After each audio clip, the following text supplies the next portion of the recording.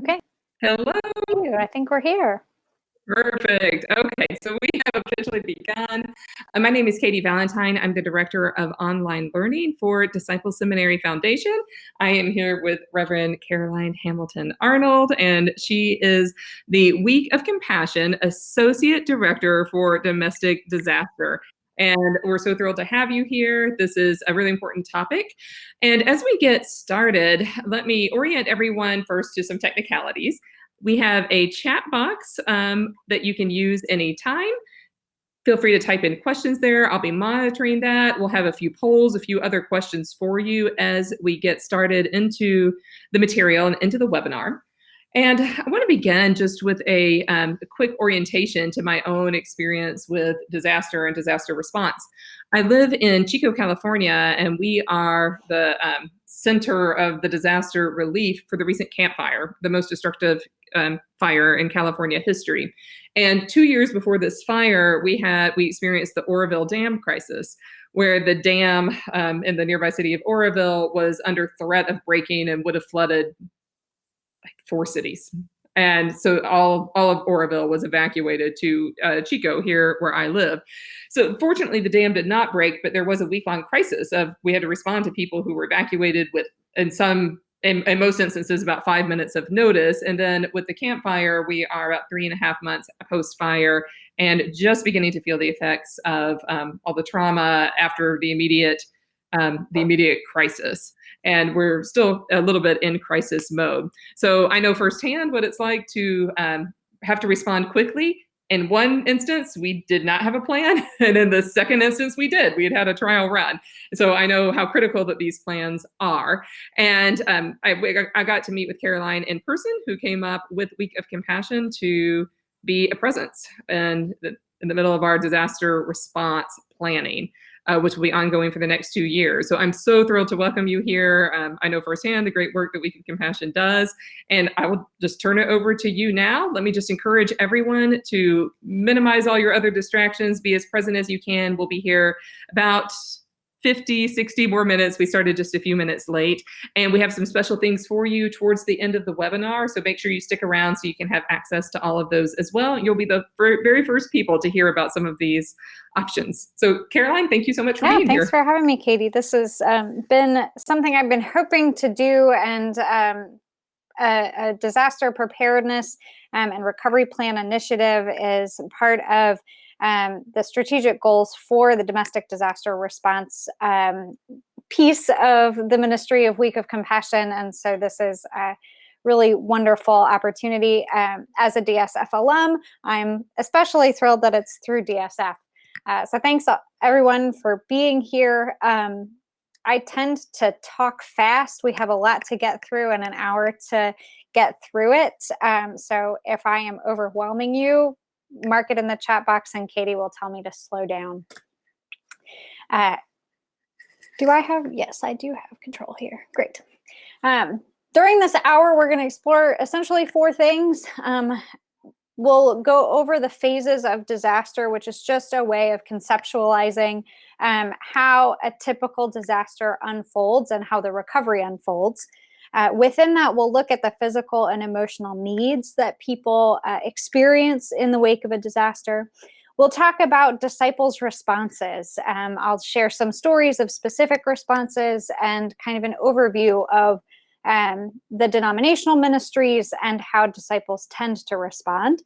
And we'll finish up with some practical next steps that you can take with your community and your congregation. Before we get to that, it's helpful for me to know what the level of experience is in our virtual room. So we'll start with a first poll just to get a sense. If you could describe your familiarity with disaster preparedness and response, would it be on this scale from not familiar, as in this is the first time I'm ever thinking about disaster preparedness, to somewhat familiar, I have some knowledge but not much experience, to moderately familiar, maybe you've been on a mission trip to a disaster recovery, or maybe you have a disaster plan with your family but nothing beyond that. maybe you're fairly familiar, you have quite a bit of knowledge and a little bit of experience with disasters, or are you very familiar, your profession is disaster related, or you have been involved in a disaster recovery in your own community? What is our Right. So we sense have about 50%, as a and group there's a this poll evening? underneath your chat box, so you should be able to see that. So about 50% of people are saying they're somewhat familiar. One person is fairly familiar with quite a bit of knowledge, and one person is very familiar. So, Caroline, I don't know if that's you, if it's someone else in the room. So, okay. Oh, delightful. I did not complete the poll. So, if that person is willing to share in the chat box who you are and what your familiarity is, whether you're a disaster professional or whether it's experience from your own Yeah. So life if and that's available for community, you, that would be we'll great. answer. Just chat in the box, and then I'll pipe up whenever that answer is there. Great. So for most of you, you have some Hey, knowledge, but not no, much experience. no, That no is the questions. majority of people, the majority of rooms that I go into outside of kind of my disaster response rooms. Um, we've maybe heard about disasters on the news. We've maybe paid attention to the Week of Compassion email newsletter, which you can sign up for at weekofcompassion.org. And so you've learned a bit about how disasters unfold and how to respond, but you're not intimately familiar with the details. And so that is a great place for you to be this evening. I hope you leave this webinar feeling like you've moved up a stage in our poll. When we talk about disasters, we talk about the expected unexpected. It's not really a question of if a disaster will hit your community, but when and how big. This visual here, it's okay that you can't see the little tiny numbers or really even read the key at the bottom. The point is I want you to see that trend. This this graph tracks the severity and frequency of disasters in the US between 1973 and 2016, organized in a few different ways. That orange, really jagged line is the total, and then the straight line is the aggregate, kind of averaged linear total. You'll see the red lines here are major disaster declarations by FEMA. And just what you may notice is that we are seeing more and more frequent disasters. Caveat to this chart, it's based on federal declarations, which is a formal governmental process. So there are lots of small scale disasters not reflected on this chart, and the numbers get a little skewed by how the government identifies a disaster and declares a federal disaster, which has changed a little bit over time. But the overall trend is pretty clear, and we've seen this play out on a global scale as well, that disasters are becoming more frequent and more severe. You'll also notice on this chart it stops at 2016. 2017 was an extremely damaging year, extremely active disaster year in North America and really the Northern Hemisphere. And in many ways around the globe, we had extreme droughts in a lot of places, heat waves in a number of places, extreme flooding that followed on the heels of drought, which creates its own sets of problems.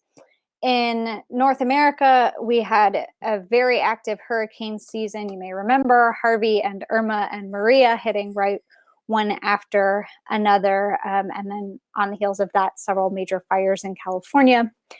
2018 was not nearly as bad as 2017 in terms of scale, but was, again, a high impact year. So, because of that, churches are called upon more, and we see impact on vulnerable communities more frequently.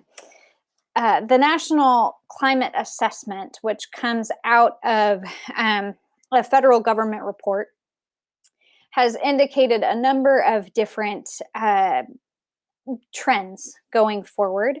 And you can see them visually represented here a little bit. In 2014, the National Climate Assessment Report cited increasing water scarcity in dry regions, torrential downpours in wet regions, and more severe heat waves and wildfires as the most likely scenarios as we experience global climate change, and how that will play out in the United States. The 2018 report doubled down on the expectations that were laid out in 2014, and really went into the economic toll that this could take, as well as the social toll that climate-related events will have in the United States. So in 2018, the report, which covers every region of the United States, including the territories, asserts that recent climate-related events are just signs of more things to come. And it says no area of the country will be untouched, from the Southwest, where droughts will curb hydropower and tax already limited water supplies, to Alaska, where the loss of sea ice will cause coastal flooding and erosion and force communities to relocate, to Puerto Rico and the Virgin Islands, where salt water will taint drinking water. Other major impacts noted in the report include risk to coastal communities with sea level rise and more frequent tidal flooding because of that. And then regions that will be affected by extreme temperatures. We've seen these polar vortex events this year throughout the Midwest and upper Midwest and Northeast, and a couple of them have come all the way down here to Houston, and then extreme high temperatures, especially through the Southwest and Southeast. All of that is to say, your church should be prepared. You should expect the unexpected, especially as we see these more frequent disasters and these larger scale disasters. Nonprofits and government resources become really strapped. And so they're less likely to be able to respond on small scale disasters and need additional supports on large scale disasters. And so churches are called upon to play a bigger role in disaster recovery.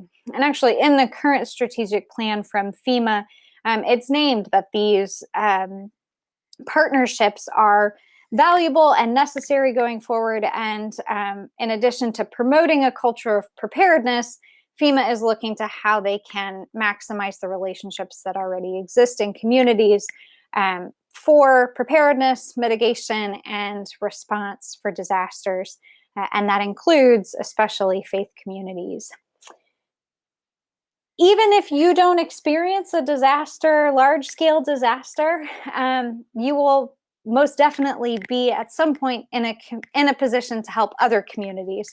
You might be like Katie described at the beginning, the next town over, like Chico is to the town of Paradise, where you can be in a position to help your neighbors who have been affected. Or you might be farther away, but having an understanding of the framework of disaster response helps your congregation help in ways that are helpful, so that in the event of a disaster, you know, okay, right now is not the time to go, but maybe 6 months from now, they'll need our help. And you can be more efficient in the ways that you offer assistance. According to a recent study by researchers at UT Arlington, just to sort of underscore the importance of faith-based nonprofits and religious groups, these researchers stated, FEMA's National Response Framework assumes a crucial role for nonprofits, religious groups, and businesses that are expected to fill in gaps in government's ability to respond. About 76% of nonprofits surveyed in the study reported that had they not actively provided community services during and after the disaster in their context, their services may not have been provided by anyone else. So they were the one and only resource available for their communities. And you'll see this picture here was after Hurricane Harvey along the coast. It was Port Aransas, Aransas Pass area, and First Christian Church opened as a relief station to distribute supplies.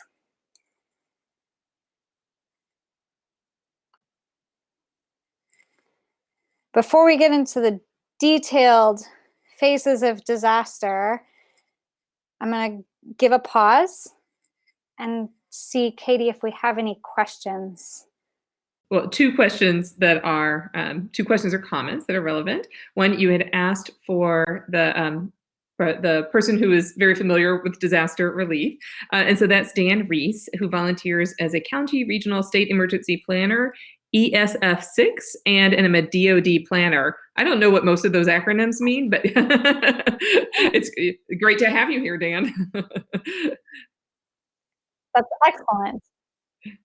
Yes, Dan, if you would please be in contact with me, make sure that I know you are on this webinar, because I would love to add you to my list of people so that when there's something happening in your region, I can be in touch with you. Great. And Dan, we'll give our emails out at the end of this and reach out to me too. So we'll make sure that you're connected with Week of Compassion and with DSF. And then Caroline, a curious mind wants to know if you live in the Houston area or if you're just there currently, but I did not want to answer for you. Okay. Yes, I live in Houston. Oh my goodness. I grew up here. We moved into our house 9 days before Harvey. So I got a really quick introduction to Houston. It's a great city. With that, we'll go into the phases of disaster. And I want to be clear that every disaster is unique because every event and every community is unique. So the needs will change, the specifics will change.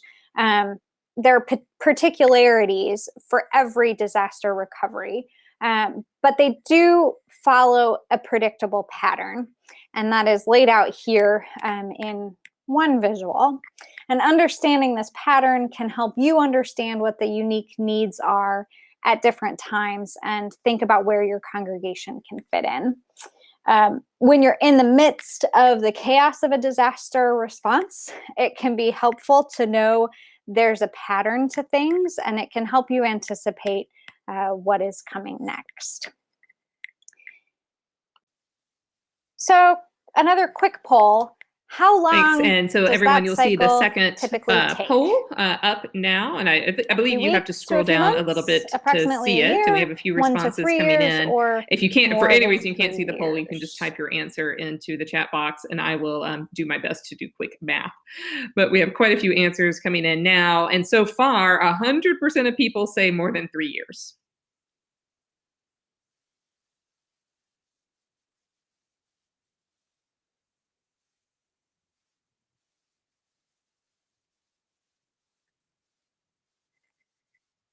So you all know more about disaster responses than you thought you did. Yes, in any moderate to large scale disaster, a recovery will take more than 3 years. That doesn't mean recovery takes more than 3 years for every person affected. It means the whole community usually does not reach a state of new normal for several years following a disaster. For example, in Southeast Texas and South Texas, we still have communities recovering from Ike, which hit, 12 years ago? There are other communities where a smaller scale disaster may be a little shorter amount of time, but having a concept of the length that it really, the length of time it really takes to recover can help understand, A, that you need to pace yourself, B, that not everybody has to respond in all the phases of disaster, and see why partnerships and cash are so crucial. And we'll get into all of those as we go along.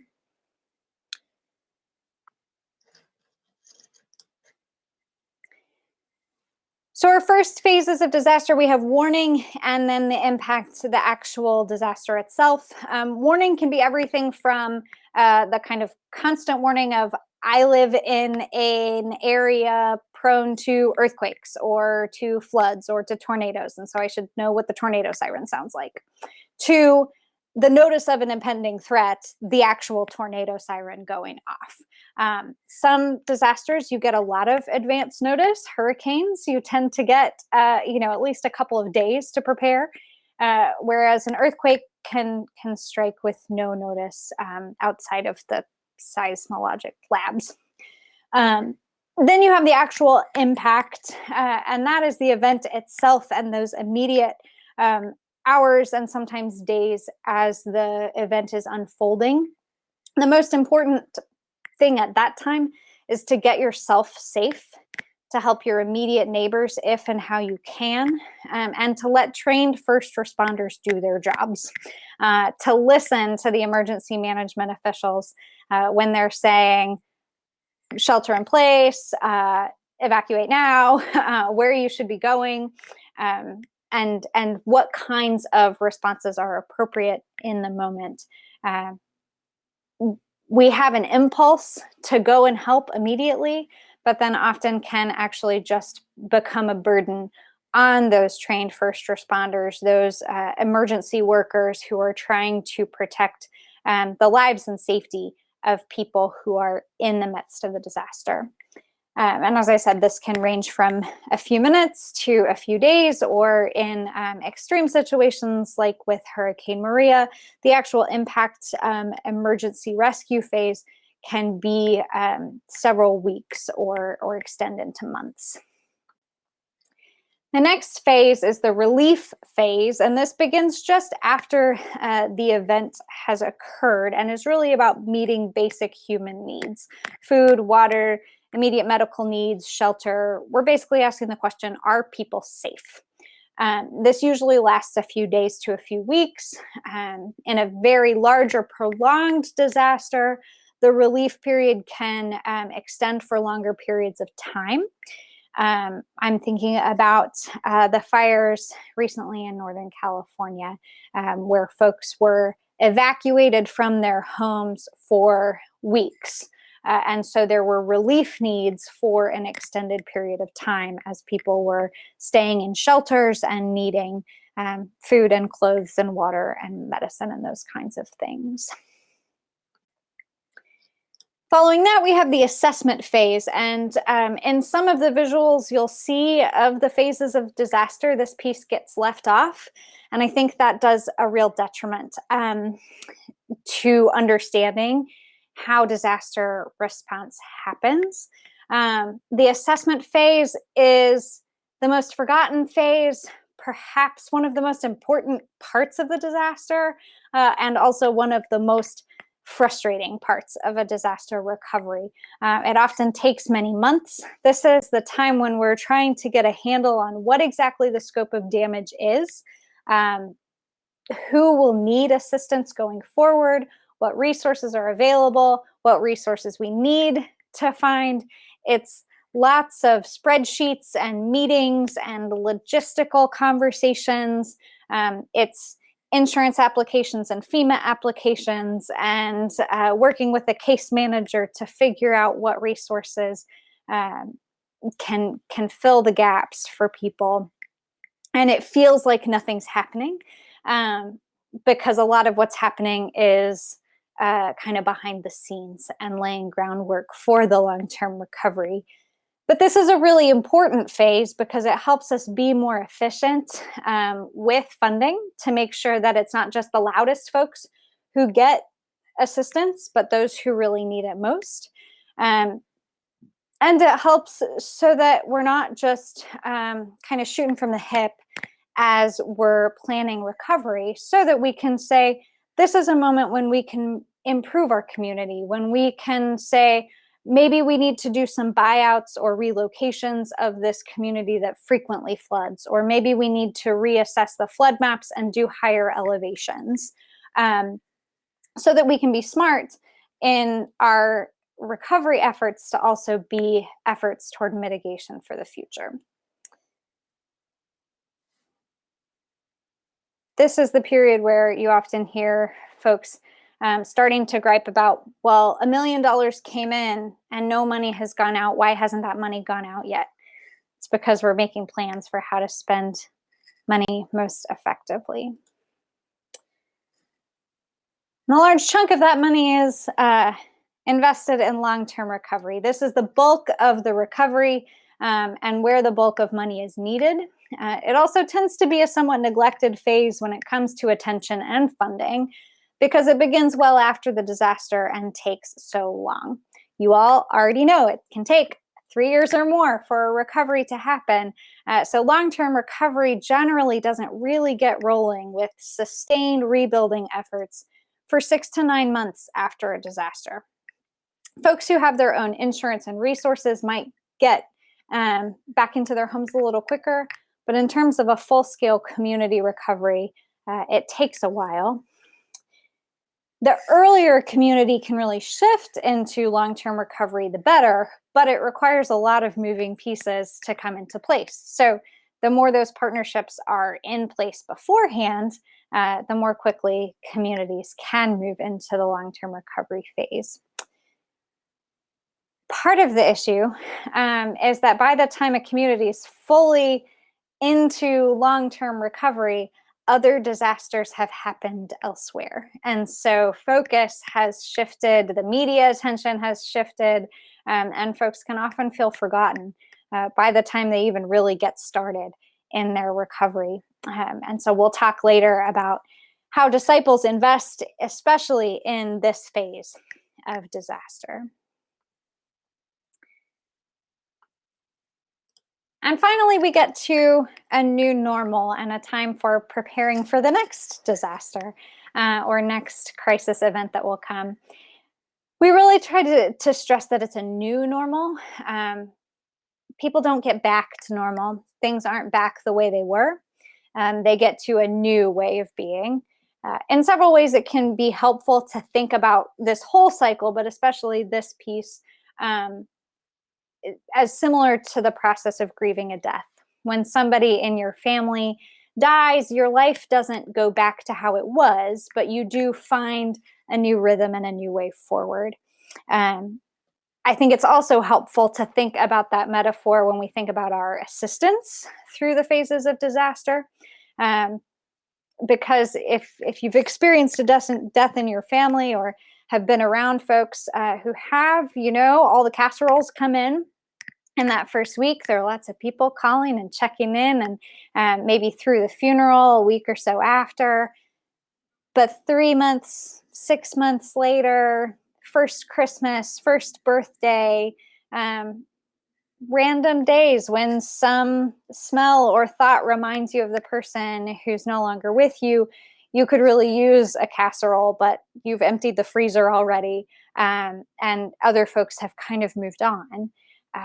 It's nice to have somebody still checking in and making sure that you're doing okay and walking alongside you. And so we try to do that through the phases of disaster as well.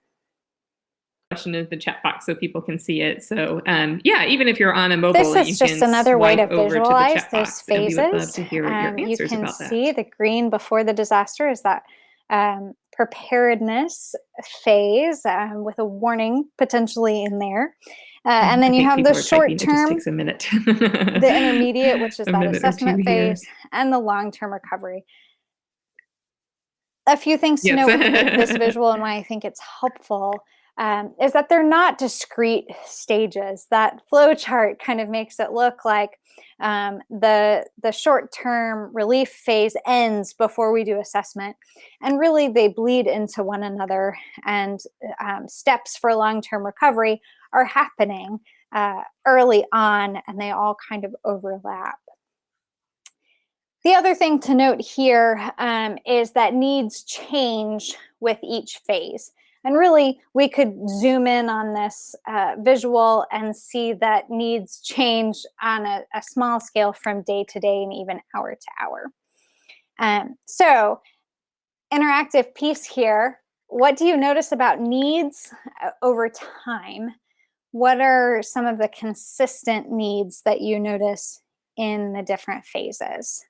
If you can respond in the chat box, I'll give you a few seconds.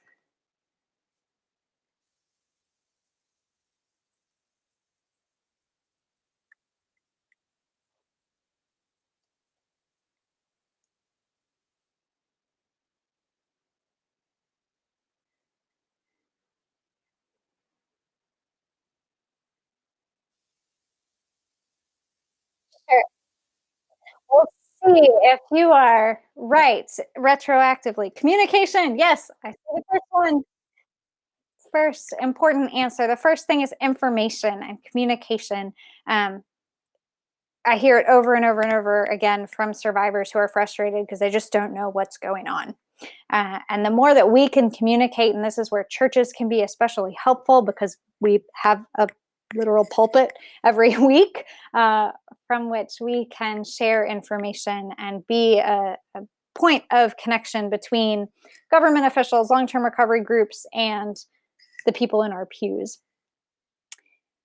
The second piece that is consistent between phases, that need that is consistent, is for money, is for cash, because it can become so many things.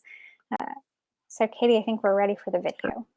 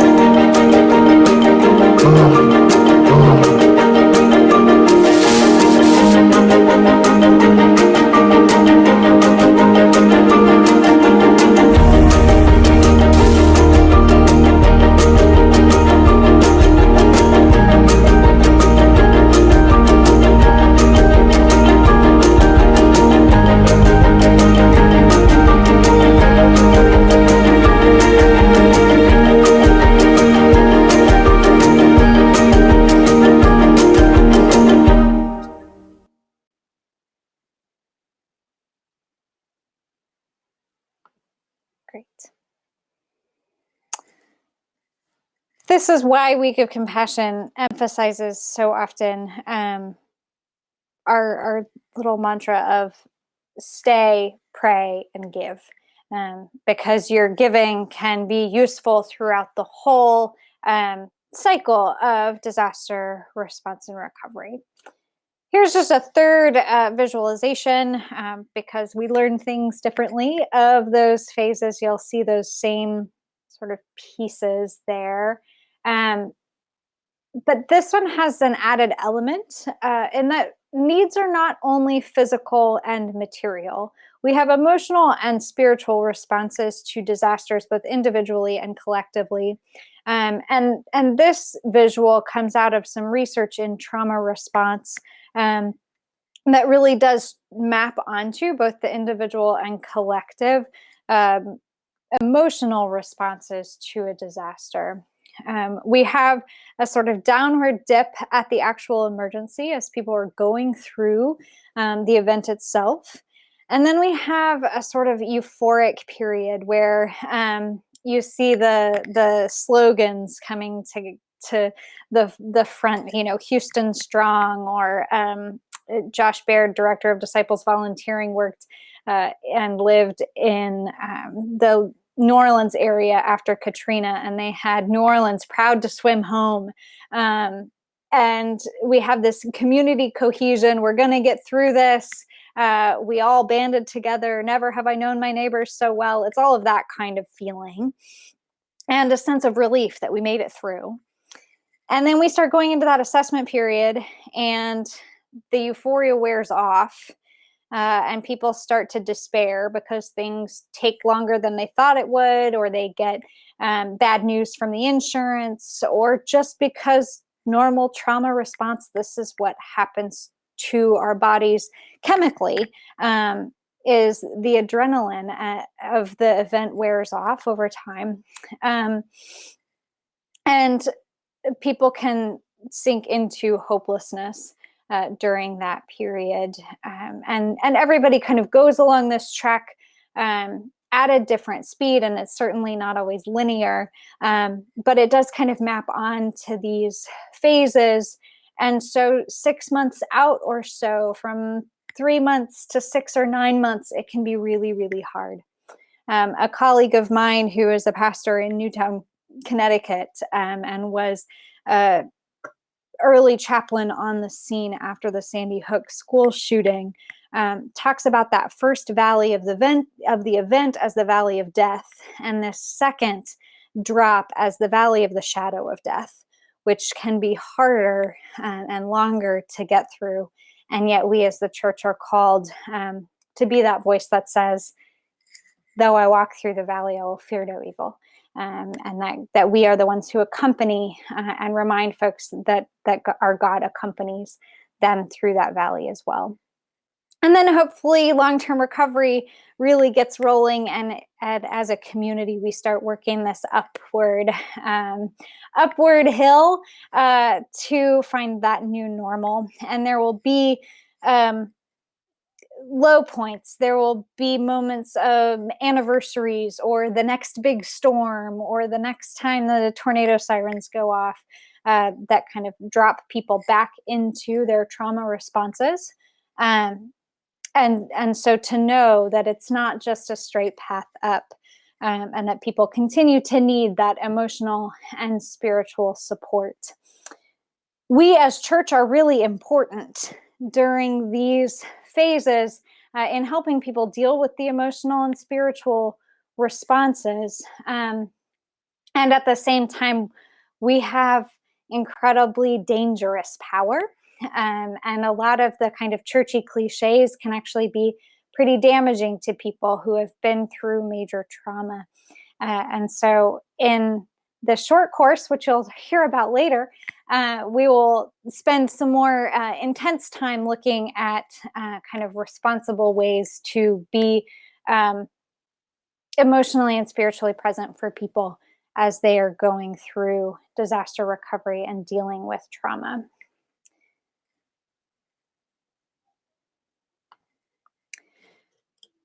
So how do disciples show up after disasters? It's a whole variety of things. You can see here, this is just a few that I pulled off of my desktop of examples of disciples who respond after disasters in a whole myriad of different ways. We have two denominational ministries that are focused on disaster recovery in part. Week of Compassion, which I have the honor of representing, and Disciples Volunteering. We, in a crass way, say that I raise the money and Josh gets to spend the money, which is not entirely true, but kind of does give a picture. On my side, the Week of Compassion side, it's lots of pastoral support and grant support for our local congregations, as well as for local communities as they're going through long-term recovery. And Disciples Volunteering engages disciples in opportunities for mission, largely in the long-term recovery phase, doing repair and rebuild. Both of our ministries have really focused on long-term recovery because of what I mentioned earlier about the dearth of funding during long-term recovery.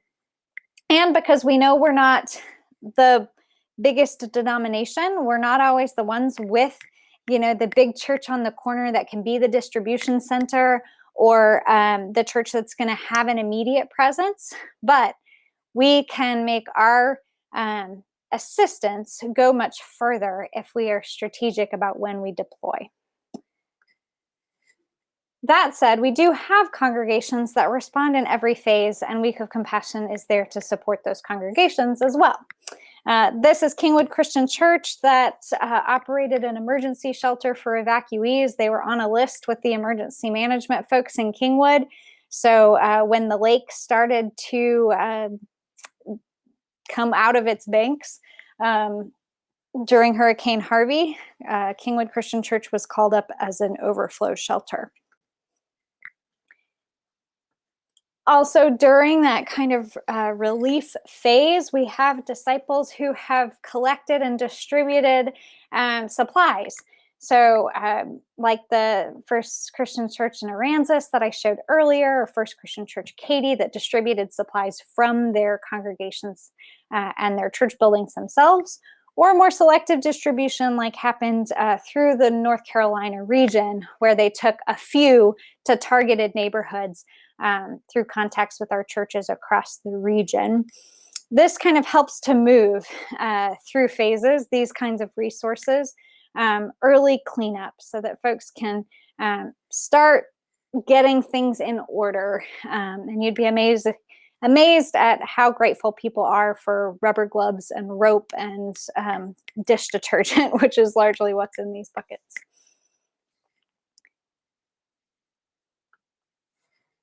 We also have churches that offer emotional and spiritual care. This is outside of First Christian Church Chico. It was the day of a vigil for those who were affected, and especially for lives lost during the Camp Fire. And this woman came and said, as my prayer and my offering for this vigil, can I make a flower mandala? And this expression of the potential for life and beauty in the midst of such destruction and trauma. And First Christian Church Chico is continuing to really focus on providing emotional and spiritual care in collaboration with the Ministerial Alliance in the area. And then we have our most common response, which is repair and rebuild. We have mission stations that disciples volunteering and Week of Compassion established at disciple congregations, where groups of volunteers come and put new roofs on and put up new walls.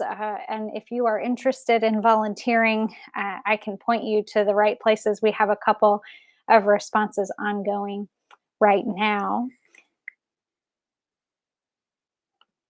And we have a new sort of initiative where we are really trying to focus more around support for disaster preparedness. And I love this picture because it really encapsulates two things. One is disaster preparedness, and two is the importance of partnerships.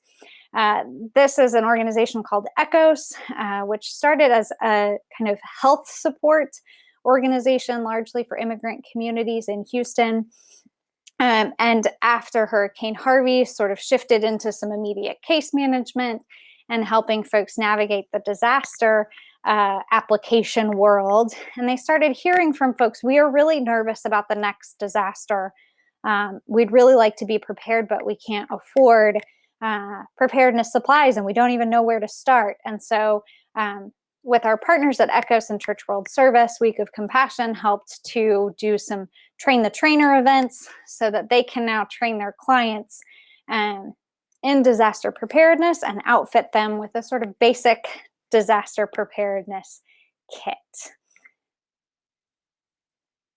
So those are just a few illustrative examples. And so we'll take the last few minutes here to talk about next steps. First thing is to learn what to expect, and congratulations, you're already well on your way to doing that. You can learn more in the short course again, which Katie will talk about toward the end. After that, assessing the risks in your community, reviewing the assets in your community, and then developing an actual plan for preparing and responding. When you're assessing risk, context matters. If you are in the Southwest, your risk assessment will look very different than if you live in the Mid-Atlantic. And so what you should be preparing for changes. And so you should assess both what the risks are in terms of the most likely events in your area, and you should assess the needs that are unique to your community. Who are the particularly vulnerable populations in your community that you have connection with? Do you work with folks who are experiencing homelessness, who are especially vulnerable to disasters? Do you work with LGBTQ folk who have particular needs in many evacuation events? Do you work with groups of people for whom English is not their first language? All kinds of different vulnerabilities that may be unique needs in your community.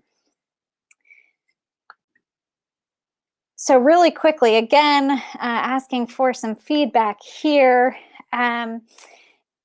What are the risks? What do you think is your number one disaster risk in your community?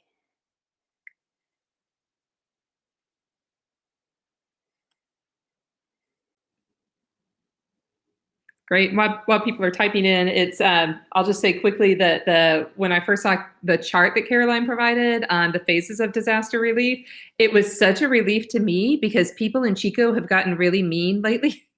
And then we were all kind of frustrated, like, why is everyone so frustrated and so mean? And we realized it's just because they're in that phase of recovery after kind of honeymoon group community cohesion. So that was really helpful for all of us to keep in mind. Mhm. Yeah. So we have some answers coming in. Lots of floods and hurricanes. So we have a lot of people near a coast somewhere. Yeah. Or Floods near and a dam. hurricanes are a high risk for many of our congregations because we have so many folks living in the Midwest. So many of our disciple congregations are in the Midwest and then along the Gulf Coast. We have lots of flooding risk. Point here mostly is that your risk will be unique. It will be particular to your location. And so getting in touch with your local emergency management or doing a little bit of research on what really are your highest risks can help you be strategic in how you prepare and prioritizing what kinds of preparedness you do. The actual most likely thing for all of you is a building fire. And your preparedness steps that you take for a natural disaster can also be very beneficial to you should you have a fire either at a congregant's home or at your church building. For some areas, the greatest risk may not be a catastrophic event like a major flood or a major earthquake.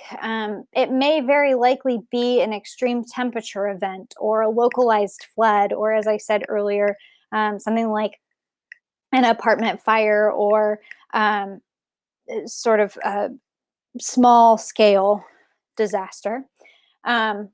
Extreme temperatures are actually the number one weather related cause of death each year, but they don't tend to inflict the same extent of physical damage. So you thinking about what your risks are will be different for each type of event. Quick case study on the importance of thinking through your risk. This is Cypress Creek Christian Church in Spring, Texas. They had watched the water rise to about the top step of the entryway during the Memorial Day flood of 2016, maybe tax day, one of those.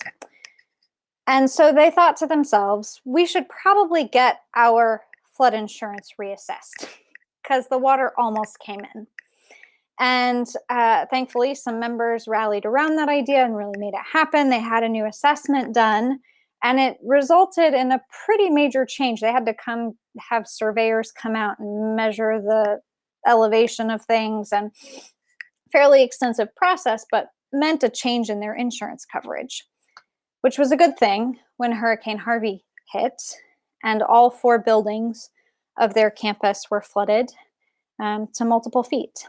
But because they had some flood insurance, it helped cover a fairly significant portion of the costs to mitigate. So they were able to, this is Bruce Froge, the pastor there, and this is their main sanctuary. And you can see it's gutted up to about 6 feet. All the way through the sanctuary, there were chairs, stadium chairs all through here, carpet all through here that all had to be pulled out and remediated.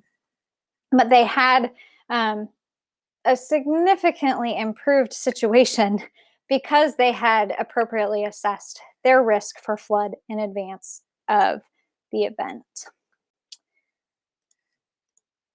Once you've reviewed your risks, reviewing your assets is the next big step. And so your assets can be physical spaces, material resources, adaptable ministries, expertise, and relationships. So physical spaces. Do you have a building that is large enough to house evacuees? Do you have the appropriate, bathroom facilities to make that happen? Would you have a space that would be good to host volunteers? Our church in South Joplin that ended up hosting after the Joplin tornado, the first visit, this was before my time, but when my predecessor and Josh visited, they saw the church. They had this whole conversation, and they were still struggling to find a place where volunteers could be housed. And they called up the pastor again a little bit later. And the pastor was like, well, yeah, I didn't show this to you because we really wish it weren't there. And it's kind of a pain, but we have this Quonset hut still on the back of the property. And it actually ended up being like luxury setup for volunteers. They were able to retrofit this old Quonset hut with triple decker bunk beds and a whole great outfit. So what kind of physical spaces do you have?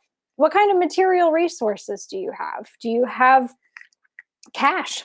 Do you have other cots or things in your congregation that could be used in a disaster? Do you have adaptable ministries, a feeding ministry, an overnight shelter for the coldest days of winter,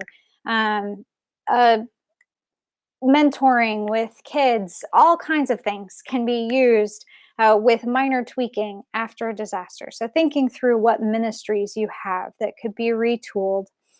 What expertise is in your congregation? Do you have folks with emergency management training? Do you have government officials in your congregation? Do you have city council people, doctors, nurses, educators, people who have the background checks to care for children, people who are really good at thinking through logistics, folks who are contractors or electricians or just really handy around the house? Knowing who those people are can be essential in having a good and efficient response after a disaster.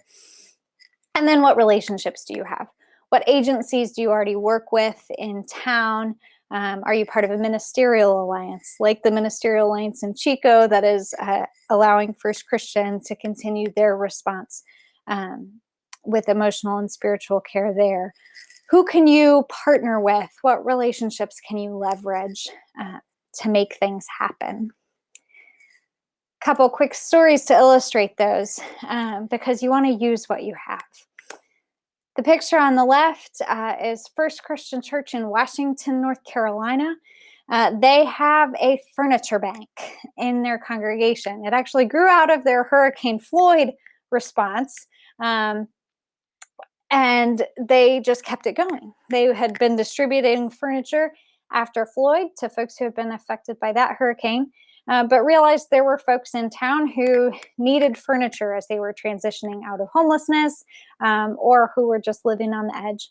So they continued this ministry, and after Hurricane Florence, they were able to open it back up. They leveraged a relationship they had with a local furniture store to get new mattresses that could be distributed out to folks. And they had tons of furniture and housewares that folks were able to come and get as they moved from flooded houses into new living situations after Hurricane Florence. On the right is a picture from, I'm sorry, I don't have great pictures of either of these responses. Taylorville, Illinois had an EF3 tornado go through in December. And I called up the pastor and said, what do you need? And he said, we're actually already working on the ground.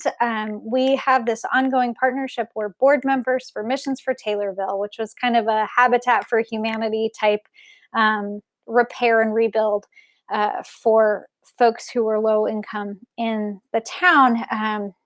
And they were just expanding their response to include those who'd been affected by the tornado. So he said, I'll call you as we need money, and we'll keep you updated. And if we need volunteers, we'll let you know. And they've just been able to plug right in and be really engaged in that recovery.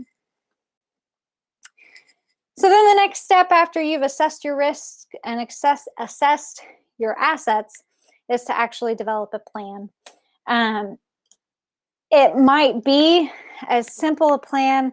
Your first step might just be, how are we going to check on our own people, and who will call the insurance company? And if that's where your congregation is, that's a great place to start. It might be something much bigger, like this picture illustrates from Southwood Memorial Christian Church in Kinston, North Carolina, where they have a whole coordinated effort with the county emergency management and the local hospital and the Red Cross and the National Guard. And they set up this whole mobile clinic.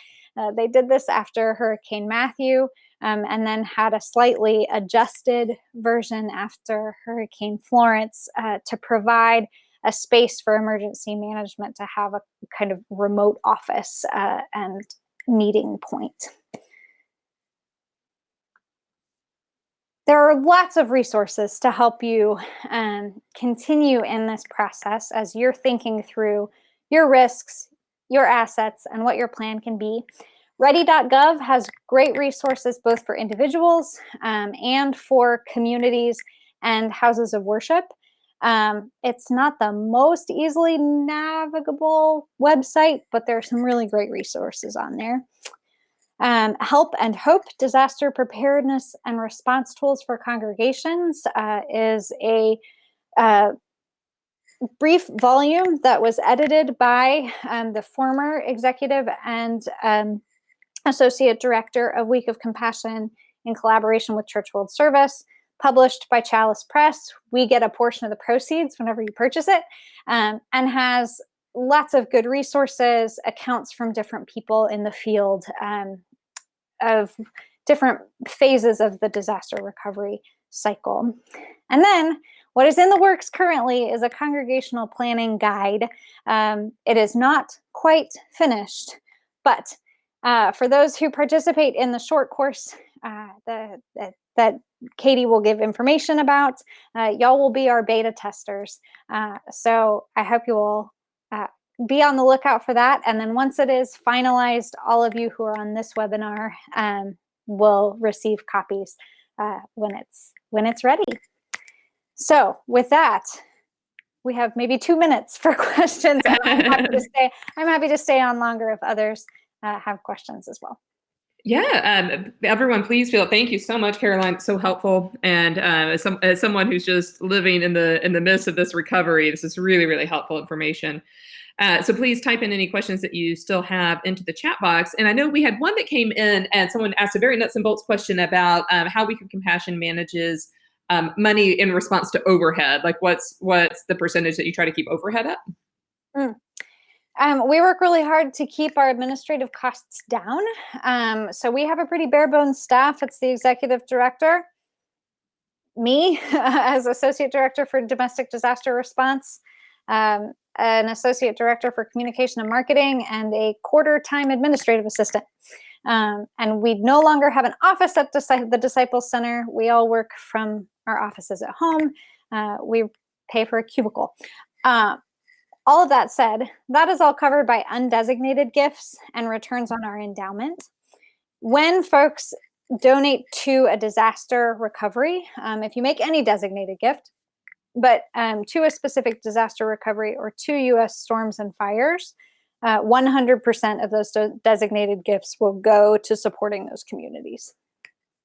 Awesome. So yes, your dollars are very, very well spent and well cared for by Week of Compassion.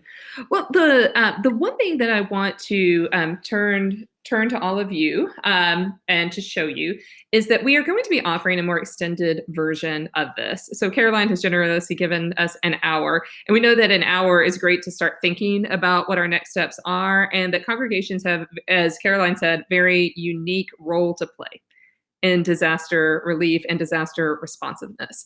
And I'll give you a quick example. One of the things that I was called to do in Chico was to volunteer with our behavioral health because there were not enough therapists to go around in our resource center that FEMA set up. So it's like a very odd thing that I was called to do. So using skills in really, really unique ways, and the churches here were offering other kinds of response. We would love to show you over the course of 5 days exactly all the ways that you can prepare ahead of time so that this doesn't catch you unaware. And we'll do that in a more extended version. As Caroline said, you'll be resourced with the Congregational Planning Guide. In fact, you will help finalize that guide, and then we'll be able to distribute that more widely. So we will be offering this class on April 1st through 5th. It's not an April Fool's Day joke, April 1st through 5th in the evenings. We believe that that will be at 6 p.m. Pacific, 8 p.m. Central, 9 p.m. Eastern. Even if you can't attend live, go ahead and register. That's actually not a problem at all. We'll be recording everything. You'll be able to get in at the ground level, and then you'll be able to have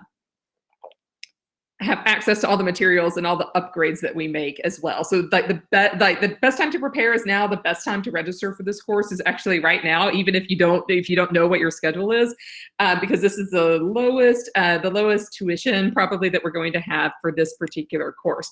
So there should be a little ribbon that came across your screen, so you can click on that. And in just a moment, I'll put the direct link to registration in the chat box as well. So we would love to have all of you in that. It's just $37 right now. This is equivalent to the same training that you would get if Caroline and her colleagues were coming to your church or to your region to teach you a training over the course of a day or two. So we've made this so it'll be an equivalent training that's a little more general for churches anywhere. Cool. Caroline, I know you're enthused. Do you have anything else to add that I may have forgotten about the course coming up? No, I'm excited to be part of it. And those slides that we kind of rushed through at the end around assessment, and that I gave you a teaser of with that risk assessment form, we'll actually delve into and do more detail around how to assess risk and assess your assets as a congregation.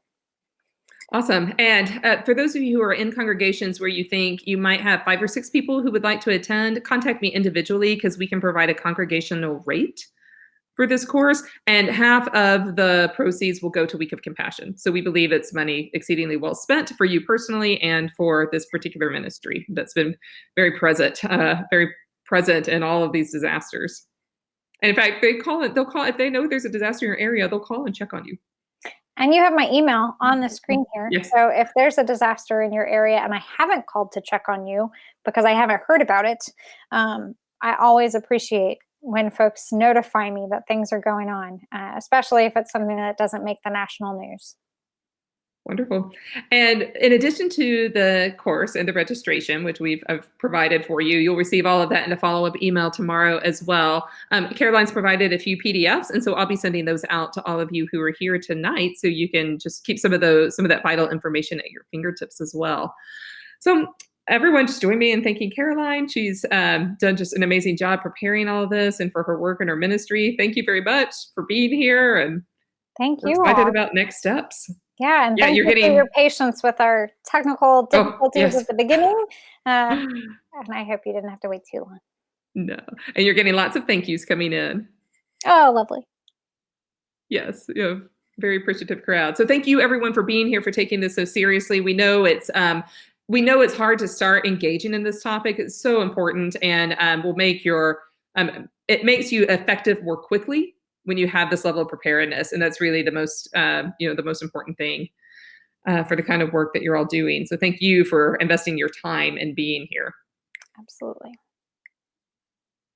Cool. All right. I think that's it for tonight. So I will go ahead and stop the broadcast, and you can all reach out to Caroline. You can reach out to me at kvalentine@dsf.edu, and we would love to just share in equipping you even more.